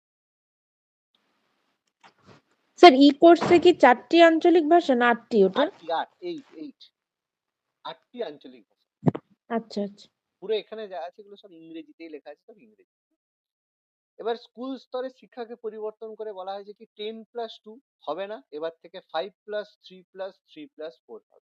মানে ব্যাপারটা হবে কি, প্রথমে হবে 5 বছরের ফাউন্ডেশন স্টেজ, মানে 3 বছর অঙ্গনবাড়ি একদম প্রি প্রাইমারি স্কুলে তুমি বাচ্চাকে ভর্তি করে দিলে, আর 2 বছর প্রাইমারি স্কুল থেকে একদম সেকেন্ড ক্লাস 2 পর্যন্ত, মানে 3 থেকে 8 বছর পর্যন্ত বাচ্চা পড়বে। প্রথমে প্রি প্রাইমারি পড়বে, মানে নার্সারি, KG1 KG2, তারপরে 1 2, এই নিয়ে তার 5 বছর কেটে গেল।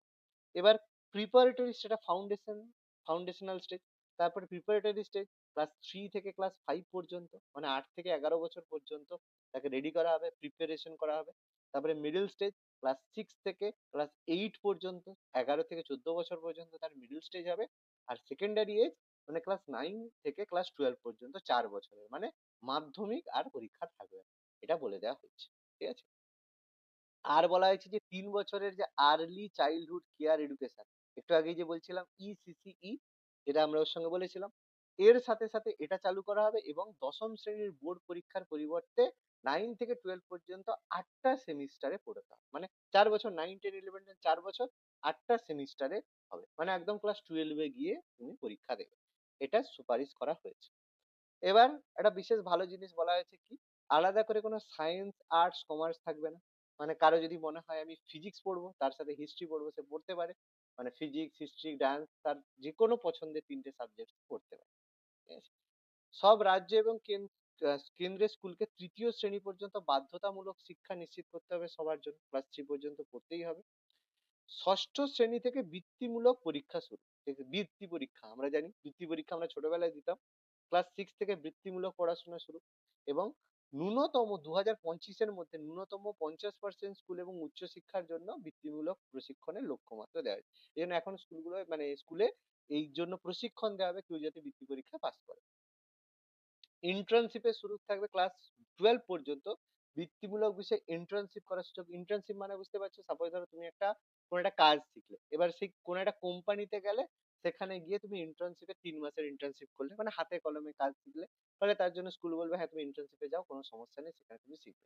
এটা কিন্তু আগে স্কুলে থাকতে থাকতে ইন্টার্নশিপ হতো না, এখন সেগুলো হবে।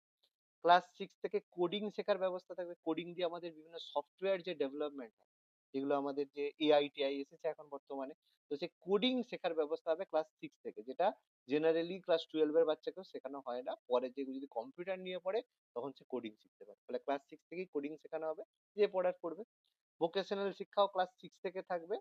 আর মূল্যায়নের ক্ষেত্রে মানে ছাত্রছাত্রীরা নিজে, সহপাঠীরা, শিক্ষক শিক্ষকরা মূল্যায়ন ত্রিস্তরীয় করবে। পরীক্ষা অবজেক্টিভ এবং সাবজেক্টিভ দুটোই হবে, মানে MCQ থাকবে আর বড় হাতের বড় প্রশ্নও থাকবে। ফলে এইগুলো আমাদের থাকবে। আর প্রথম শ্রেণীর শিশুদের জন্য প্লে বেসড স্কুল মডিউল তৈরি করবে এনসিআরটি। এনসিআরটি মানে বাচ্চারা যে খেলবে, প্লে বেসড স্কুল মডিউল তৈরি হবে। তাহলে এখানে অবশ্যই বোর্ড পরীক্ষার সিলেবাস, ভোকেশনাল মানে শিক্ষা কোন ক্লাসে, ষষ্ঠ শ্রেণীতে কোডিং শেখার ব্যবস্থা, এইগুলো থাকবে। আর কোনটা কোন স্টেজে কি কি কত এজ, খুব ভাইটাল, এটা আমাদের করতে হবে। ঠিক আছে? তারপরে শিক্ষার এবার লক্ষ্য হবে শুধু জ্ঞান বৃদ্ধি নয়, চরিত্র গঠন, অলরাউন্ড ডেভেলপমেন্টও হবে। সিলেবাসের বহর কমিয়ে প্রচুর না পড়ে চিন্তা ভাবনা, ক্রিটিক্যাল থিঙ্কিং যেন হয়, ইনকোয়ারি বেসড মানে তোমার জানার যেন আগ্রহ হয়, কিছু আবিষ্কার করার, Discovery based, discussion based, analysis based learning জায়গা দেখা। পঞ্চম শ্রেণী পর্যন্ত মাতৃভাষা এবং স্থানীয় ভাষায় শিক্ষা গ্রহণ করতে হবে। 8-এর পরেও, 8 পর্যন্ত এবং তারপরে যতদূর সম্ভব সেই ভাষাতেই পড়াশোনা করা যেতে পারে। গিফটেড স্টুডেন্ট মানে যারা ভালো পড়াশোনা, তাদের উপরে বিশেষ নজর দিতে হবে। এনসিআরটি এবং এনসিটি তার গাইডলাইন তৈরি করবে যে কিরকম সিলেবাস। বিএড এ পড়ানোর জন্য স্পেশালাইজেশন করা হবে, যে বিএড শুধুমাত্র হবে না, বিএড এ স্পেশালাইজড করানো হবে। অনলাইন কম্পিটিশন, কুইজ হবে। প্রত্যেক স্কুলে স্মার্ট ক্লাস গঠন করা হবে। যারা হ্যান্ডিক্যাপ, দিব্যাঙ্গ স্টুডেন্টদের জন্য স্পেশাল এডুকেশন দেওয়া হবে।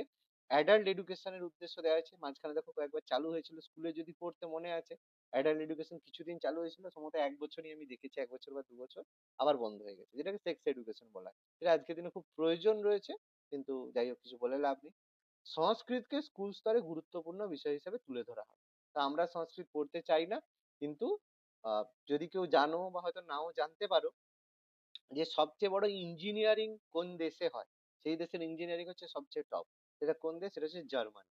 জার্মানি হচ্ছে ইঞ্জিনিয়ারিং এর হাব, সেখানে ইঞ্জিনিয়ারিং এর সবচেয়ে বড় জায়গা রয়েছে।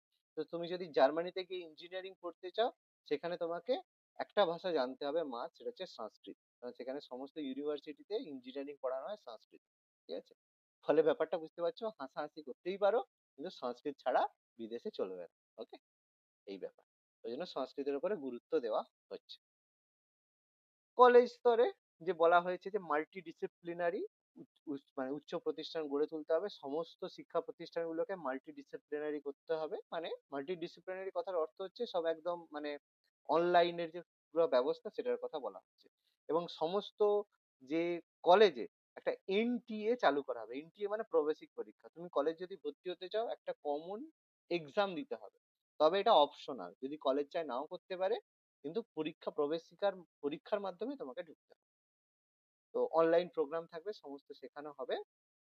যদি গ্রেড ভালো হয়, মূল্যায়নের গ্রেড অনুযায়ী শিক্ষা প্রতিষ্ঠানগুলিকে স্বায়ত্তশাসন বা অটোনোমাস, এখন দেখবে প্রচুর কলেজ অটোনোমাস হয়ে গেছে অনেকদিন থেকে। বিভিন্ন কলেজ দেখবে, প্রেসিডেন্সি থেকে শুরু করে বহু কলেজ, সেন্ট জেভিয়ার্স, এগুলো সব এখন অটোনোমাস কলেজ হয়ে গেছে। মানে নিজেরা প্রশ্ন করতে পারে, ইউনিভার্সিটির বাইরেও নিজেরা প্রশ্ন করতে পারে, যদি গ্রেড ভালো হয়। নাহলে কিন্তু দেয় না অটোনোমাস, এটা হচ্ছে ন্যাক দিয়ে থাকে। যারা কলেজে গ্রেড করে তারা এটা দিয়ে থাকে। এবার উচ্চশিক্ষায় তোমার হচ্ছে স্নাতক কোর্স 3 বছর বা 4 বছরের হবে, স্নাতকোত্তর 1 বা 2 বছরের। 5 বছর যদি ইন্টিগ্রেটেড চাও, মানে 3+2 বা 4+1 যেভাবে তুমি করতে পারো। 3 বছরের স্নাতক, 2 বছরের স্নাতকোত্তর, বা 4 বছরের স্নাতক, 1 বছরের স্নাতকোত্তর করতে পারো। তবে উচ্চশিক্ষায় একটা ভালো কথা, এন্ট্রি এক্সিট অপশন থাকছে। মানে 3 বছর বা 4 বছরের গ্রাজুয়েশন আছে, তুমি যদি 1 বছর পড়ো, তো 1 বছর পরে সার্টিফিকেট দিয়ে দেবে যে এই ভদ্রলোক 1 বছর পড়েছে। আগে কি হয়, এখন কি হয়, পুরো যদি না পড়ো তোমাকে সার্টিফিকেট দেবে না, ইনকমপ্লিট হয়ে যাবে। কিন্তু এখন বলে দেওয়া হয়েছে যে 1 বছর পড়লে তোমাকে 1 বছরের সার্টিফিকেট দেওয়া হবে। 2 বছর পড়লে অ্যাডভান্স ডিপ্লোমা হবে, 3 বছর যদি পড়ো তখন ব্যাচেলার ডিগ্রি তোমার হবে। পুরো কমপ্লিট করলে ব্যাচেলার উইথ রিসার্চ এমফিল হবে। এবার সব শিক্ষা প্রতিষ্ঠানে ইকো ক্লাব, স্পোর্টস ক্লাব সব দেওয়া হবে। হোস্টেল ফেসিলিটি বাড়াতে হবে, ন্যূনতম মেডিকেল ফেসিলিটি দিতে হবে। নন প্রফিট শিক্ষা প্রতিষ্ঠান করতে হবে, কোনোদিন সম্ভব নয়। সবচেয়ে বড় কথা, শিক্ষা ক্ষেত্রে প্রযুক্তিকে ব্যবহার করে ট্রান্সলেশন এবং ইন্টারপ্রিটেশন সাহায্য করার জন্য আইআইটিআই মানে Indian institute of Translation and Interpretation শুরু হবে। এটা বেসিক্যালি কি, দেখবে এখন দেখবে অনেক মোবাইল ফোন আছে, যেমন স্যামসাং এর মোবাইল ফোনে তুমি মানে বাংলায় কথা বলছো, তোমার একটা বন্ধু জার্মানিতে আছে, সে বাংলা জানে না, সে কিন্তু শোনার সময় বাংলাটা জার্মানিতে শুনবে, এবার সে উত্তর জার্মান ভাষায় দিল, তোমার কাছে যখন আসবে সেটা বাংলায় হয়ে যাবে। মানে লাইভ ট্রান্সলেশন। এটা দেখবে লোকসভা, রাজ্যসভায় যখন, লোকসভায় যখন এগুলো হয়ে থাকে, বলছে, বলার সাথে সাথে সঙ্গে সঙ্গে দেখবে ট্রান্সলেশন হয়। মানে তুমি যদি মানে ইংরেজি ভাষা নাও জানো বা যে কোনো ভাষায়, তুমি লোকসভায় যাও, সেখানে সেই ভাষায় তুমি তোমার ভাষাতেই তোমার ট্রান্সলেটর আছে, সঙ্গে সঙ্গে কথাগুলো শুনবে। ঠিক আছে? অর্থাৎ শিক্ষার ক্ষেত্রেও সেই ব্যবস্থা করা আছে। এখনো দেখবে সিনেমা টিনেমা দেখার সময় দেখবে ডাইরেক্টলি আমরা ইউটিউবে যখন করি, অডিও চেঞ্জ করলে দেখো সঙ্গে সঙ্গে অডিও চেঞ্জ হবে। তো এটা তো পড়াশোনার ক্ষেত্রে, ক্লাসেরও ক্ষেত্রে এখন করা হবে। তুমি যে ভাষা সিলেক্ট করবে সেই ভাষায় শুনবে। তো শিক্ষানীতির আগে সিস্টেম ছিল দুটো পর্যায়ে, 6 থেকে 11 পর্যন্ত প্রথম পর্যায়ে, দ্বিতীয় পর্যায়ে ছিল 16 থেকে 18। এখন সেই জায়গায় 4টে পর্যায়ে এসেছে। এখন আগে 12 বছরের স্কুল ছিল, এখন 15 বছরের স্কুল। 12টা স্কুল আর 3টা প্রি স্কুল। ফাউন্ডেশন স্টেজ, তারপরে প্রস্তুতিমূলক, মধ্যম পর্যায়ে, মাধ্যমিক পর্যায়ে, যেটা বলে দিয়েছিলাম সেই জিনিসটা আলাদা করে একটা টেবিলে দিয়ে দেওয়া। এবার সেই জিনিসগুলোই এখানে দেওয়া রয়েছে, কিছু পরিবর্তন করা হয়েছে, যে এইগুলো জাস্ট পড়বে, এগুলো খুব বেশি বড় ব্যাপার নয়। এবার এই টেবিলটা একটু মাথায় রাখবে, যেটা অলরেডি বলে দিয়েছি সেটাই আছে, যে ফাউন্ডেশন স্টেজ 5 বছরের হবে, যেটা পড়িয়ে দিয়েছি সেটাই। 3 থেকে 8 বছর খেলনা ভিত্তিক, আবিষ্কার ভিত্তিক এবং ইন্টারঅ্যাক্টিভ শিক্ষা হবে, যেখানে পড়াশোনা হবে, যে হ্যাঁ তুমি মানে পড়াশোনাটা যে করছো ইন্টারঅ্যাক্টিভ, পড়াশোনার সাথে সাথে ইন্টারাকশন তুমি করতে পারবে। 4টে স্টেজ যেগুলো বলে দিয়েছি সেগুলোই, foundation stage, preparatory stage, middle stage, secondary stage. বছরের কোন ক্লাস সেগুলো বলা হচ্ছে। তবে এবার গুরুত্বপূর্ণ কথা, পশ্চিমবঙ্গ সরকার কিন্তু এই যে নীতিটা নিয়ে, পশ্চিমবঙ্গ সরকার 2023 সালে তার নিজস্ব নীতি প্রবর্তন করেছে। বলবে কেন? কারণ আমাদের যে শিক্ষা বা এডুকেশন সেটা রয়েছে যুগ্ম তালিকাতে, কনকারেন্ট লিস্টে। মানে সেন্ট্রাল গভর্নমেন্ট যেই নীতি প্রয়োগ করবে সেটা স্টেট গভর্নমেন্ট মানতেও পারে নাও পারে, কারণ দুটো রাজ্য এগুলো কনকারেন্ট লিস্টে, কেন্দ্র রাজ্য যুগ্ম তালিকায় রয়েছে। ফলে কেন্দ্র সরকারের যে সবকিছু রাজ্য মানবে এরকম কোনো ব্যাপার নেই। রাজ্য সরকার ওই জন্য নিজস্ব শিক্ষানীতি করে। তাহলে ব্যাপারটা কি হয়েছে, রাজ্য সরকার কি বলেছে, রাজ্য সরকারটা এটাকে বলে এসইপি, স্টেট এডুকেশন পলিসি, আর এটাকে বলে এনইপি, ন্যাশনাল এডুকেশন পলিসি। ওকে, ওই জন্য দেখবে এনইপি 2020 হবে আর এসইপি 2023 হবে। এনইপি ন্যাশনাল এডুকেশন পলিসি 2020 কেন্দ্রীয় সরকারের প্রস্তাব, আর স্টেট এডুকেশন পলিসি 2023 পশ্চিমবঙ্গ সরকার। তো কেন্দ্র সরকার বলেছে বাবু আমি 5+3+3+4 করবো, রাজ্য বলছে না ওইসব দরকার নেই, 5+4+2+2 থাকবে। মানে প্রথমে যে 5 বছর কোনো চাপ নেই, কিন্তু শেষের যে গল্প বলছো 2-2 সে আমি রাখবো। মানে মাধ্যমিক আর এইচএস এর গল্প আমি রাখবো, মানে বিদ্যমান যে কাঠামো বাবু আমার সেটাই থাকবে। মানে শিক্ষা ব্যবস্থা, ঠিক আছে, মানে 11-12।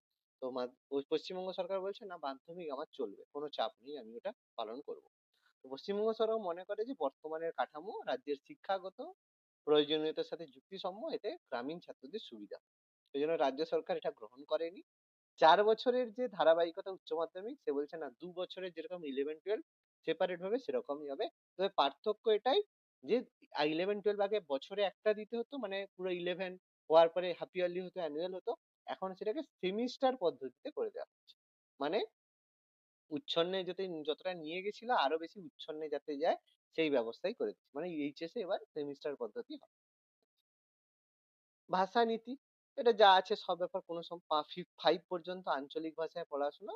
এরাও বলছে ঠিক আছে, প্রথম ভাষা মাতৃভাষা হবে, আর বাংলা প্রথম ভাষা, 12 পর্যন্ত একটা বিষয় বাধ্যতামূলক থাকবে। ত্রিভাষা সূত্র, এরা এটাকে মান্যতা দিয়েছে। কোনো এটা নিয়ে সিমিলারিটি রয়েছে, প্রথম ভাষা মাতৃভাষা, দ্বিতীয় ভাষা ইংরেজি, আর তৃতীয় ভাষা যে কোনো একটা ভাষা, সে সংস্কৃত হতে পারে, হিন্দি হতে পারে, যা খুশি, কোনো চাপ। মানে ভাষা নীতিটা তারা মেনেছে। আর প্রতিযোগিতামূলক যে এন্ট্রান্স এক্সামে স্নাতকোত্তরে ভর্তির সময় রাজ্য সরকার মানে স্টেট গভর্নমেন্ট সেন্ট্রাল গভর্নমেন্ট বলেছে যে একটা সিইউ মানে কমন এন্ট্রান্স টেস্ট, মানে তুমি যখন কম্পিটিটিভ এক্সাম দিতে যাবে সেন্ট্রাল গভর্নমেন্টের, তোমাকে একটা সিইউ পরীক্ষা দিতে হবে, মানে কমন এন্ট্রান্স টেস্ট দিতে হবে। এবার তাতে তুমি যদি পাস করো তারপরে তুমি রেলের পরীক্ষা বা সিজিএল পরীক্ষা বা যে কোনো পরীক্ষা দিতে পারবে। ওই জন্য এতে কেন দিয়েছে, তার কারণ ওই সব পরীক্ষা দেখবে প্রচুর গ্যাঞ্জাম হয়, মানে যে যা পারে পারে না, যে পরীক্ষা দিতে চলে গেছে। কিন্তু এখানে বলা হয়েছে তুমি যদি এটা পাস করো তাহলে সেখান থেকে তোমার মার্কস বেসিসে তোমাকে ওই পরীক্ষাগুলোর জন্য তুমি দিতে পারবে কি পারবে না সেগুলো হবে। ঠিক আছে? তো এটা বলা হয়েছে, রাজ্য সরকার বলেছে, সেন্ট্রাল গভর্নমেন্ট বলছে না দেবে না। সে বলেছে বিকেন্দ্রীভূত ভর্তি পদ্ধতি, ডিসেন্ট্রালাইজড অ্যাডমিশন, মানে সবাই পরীক্ষা দেবে, সবার পরীক্ষা, কারণ বুঝতেই পারছো টাকাটা ফর্ম ফিল আপের সময় নিতে হবে, এই ব্যাপার। কারণ ভদ্রলোক কি বলছে পশ্চিমবঙ্গ সরকার, যে সাধারণ প্রবেশিকা করলে যারা গ্রামীণ এবং অর্থনৈতিকভাবে দুর্বল তাদের অসুবিধা হয়ে যাবে। তো তাদের অসুবিধা হবে না, তোমার অসুবিধা হবে, ফর্ম ফিল আপের টাকাটা তো নিতে হবে। আর পরীক্ষা পদ্ধতি, 10th বোর্ডের গুরুত্ব হ্রাসের কথা সেন্ট্রাল গভর্নমেন্ট বলেছে, তো এরা বলছে না 10th বোর্ড যেরকম আছে সেরকমই হবে, তবে 12 ক্লাস 12 সেমিস্টার পদ্ধতি হবে। এই ব্যাপার। এবার টাকার গল্প বলছে যে চ্যালেঞ্জ কি, বিতর্ক কি, যে এখানে ওই তোমার 6% বলা হয়েছে খরচ করা হবে, তো এতে তো হবে না এই কথা। শিক্ষকদের প্রস্তুতি দেওয়া হবে, ইন্টিগ্রেটেড বিএড ই লার্নিং এর উপরে জোর দেওয়া হবে, প্রযুক্তিকে ব্যবহার করা হবে, শিক্ষাকে যুগ্ম তালিকাভুক্ত হওয়ার জন্য, মানে ব্যাপারটা জুড়ে দিলে সমস্যা খারাপ। আর এখানে কয়েকটা ফুল ফর্ম দেওয়া আছে, NET national education technology forum, general education council, higher education, HECI higher education commission for India, NRF national research foundation, MERU multidisciplinary education and research university, NAAC, এরা কি করে কলেজকে গ্রেড দিয়ে থাকে, national accreditation council, IITI Indian institute of translation and interpretation, আর লাস্টটা মনে রাখবে গুরুত্বপূর্ণ, PARAKH performance asset review and analysis for knowledge for holistic development. এটা কি হবে, আমাদের যেসব পরীক্ষা এক্সাম যে হবে সেটাই প্রকাশ পদ্ধতিতে নেওয়া হবে, প্রকাশের মাধ্যমে সমস্ত ধরনের যে এক্সাম সেটা আমাদের হবে। ওকে, বলো টপিক বোঝা গেল? অনেক জিনিস ব্রিটিশ শিক্ষানীতি থেকে শুরু করে একদম আমাদের নতুন শিক্ষানীতি পুরো আমরা আলোচনা করি। ক্লিয়ার সবার? পরের দিন কিন্তু এখান থেকে প্রশ্ন উত্তর হবে। খালি হলিস্টিক্সটা একবার বলেন তো স্যার। কোনটা বলো বাবা? স্যার হলিস্টিক ডেভেলপমেন্টটা বলেন তো স্যার একবার। হলিস্টিক কথাটার মানে holistic development sir. Holistic development কথাটার মানে হচ্ছে ওভারঅল এর কথা বলা হচ্ছে। মানে পারফরম্যান্স যেটা হলো সেটাকে অ্যাসেসমেন্ট করা হবে, সেটাকে রিভিউ করা হবে, মানে সেটাকে দেখা হবে যাতে তুমি সঠিকভাবে তোমার হচ্ছে কিনা, অ্যানালাইসিস করা হবে যার মাধ্যমে তোমার যে পড়াশোনাটা সঠিকভাবে হয়েছে কিনা। এবং লাস্ট হচ্ছে হলিস্টিক ডেভেলপমেন্ট, মানে ব্যাপারটা হচ্ছে তোমার যে ওভারঅল মানে সম্পূর্ণ কতটা ডেভেলপমেন্ট হচ্ছে। হলিস্টিক মানে যেখানে কোনো একটা ব্যক্তির সামগ্রিক ডেভেলপমেন্ট কতটা হয়েছে সেটা বলা হচ্ছে। কি বললাম, বোঝা গেল? এটাকে বলা হচ্ছে হলিস্টিক ডেভেলপমেন্ট। মানে শুধুমাত্র যে তুমি পরীক্ষায় পাস করে নাম্বার পেয়ে গেছো সেটা হলেই হবে সেরকম না, তোমার তো সার্বিক বিকাশের প্রয়োজন হয়েছে, সেটা তোমার দেখা হবে। এটাই হচ্ছে প্রকাশের মাধ্যমে করা। বোঝা গেল? ক্লিয়ার? স্যার হ্যাঁ স্যার স্যার। হ্যাঁ স্যার বলছি কি যে হলিস্টিক ডেভেলপমেন্টটা কে করবে মানে টিচার করবে? না, যখন তোমার হচ্ছে টিচার কেন করবে, এটা ব্যাপার তোমার যখন রেজাল্ট হবে, যে রেজাল্ট দেওয়া হবে সেই রেজাল্টের মধ্যে তোমার দেখা হবে। যে যেমন দেখবে প্রাইভেট স্কুলে কেউ যদি পড়ে তখন দেখবে তার সাথে সাথে কত নাম্বার পেয়েছে, কতদিন স্কুলে প্রেজেন্ট ছিল, তার বিহেভিয়ার কেমন, সবকিছুর বেসিসে একটা দেয় না ডেভেলপমেন্টের জন্য। যে তোমার মানে বাচ্চা পড়াশোনায় ভালো কিন্তু কুইজে সে ভালো নয়, ফলে তার কুইজের ডেভেলপমেন্টের প্রয়োজন রয়েছে। সে পড়াশোনায় ভালো, স্পোর্টসে ভালো নয়, সমস্ত কিছু মিলিয়ে যখন তোমাকে একটা মানে রেজাল্ট হাতে দেবে, সেইটার কথা বলা হচ্ছে। মানে সর্বোপরি যে তোমার যে ডেভেলপমেন্ট সেটা যে দেখা হবে। স্যার গ্রেড কার্ড কি বলছো বলো? বলছিলাম, সেটা কি গ্রেড কার্ড? বুঝলাম না, একবার বলো। গ্রেড কার্ড যেটা দেয় মানে হ্যাঁ, গ্রেড কার্ড, এটাকে গ্রেড কার্ড মানে তার সার্বিক গ্রেড কার্ড। এইবার 5 থেকে 8 পর্যন্ত হলিস্টিক কার্ড দেওয়া হচ্ছে স্টুডেন্টদের একটা হলিস্টিক এখন রিপোর্ট দেয়া কার্ড হচ্ছে, হিসেবে। ওই জন্য দেয়া হচ্ছে তাকে সবকিছু। তাহলে চলো হ্যাঁ, ওটা স্যার 5 to 8 অব্দি প্রত্যেক রিপোর্ট, প্রত্যেক ইয়ার গুলো পারফরমেন্স গুলো লেখা থাকবে। এটা হ্যাঁ একটা মোটা বইয়ের মতো দেওয়া হচ্ছে। হ্যাঁ একদম। এটাই এখন বাচ্চার, এখনকার দিনে বাচ্চা শুধু যে পড়াশুনো করে সে কতটা ডেভেলপ হচ্ছে সেরকম নয়, বাকি সব দিকে সে কতটা ডেভেলপ হচ্ছে সেগুলো দেখার কথা বলা হচ্ছে। ঠিক আছে, চলো পরের দিন তাহলে এমসিকিউ হবে আমাদের, সবাই একটু পড়াশোনা করে আসবে। অবশ্যই প্রথমে একটা টেস্ট হবে, তারপরে আমরা এমসিকিউ গুলো আলোচনা করবো।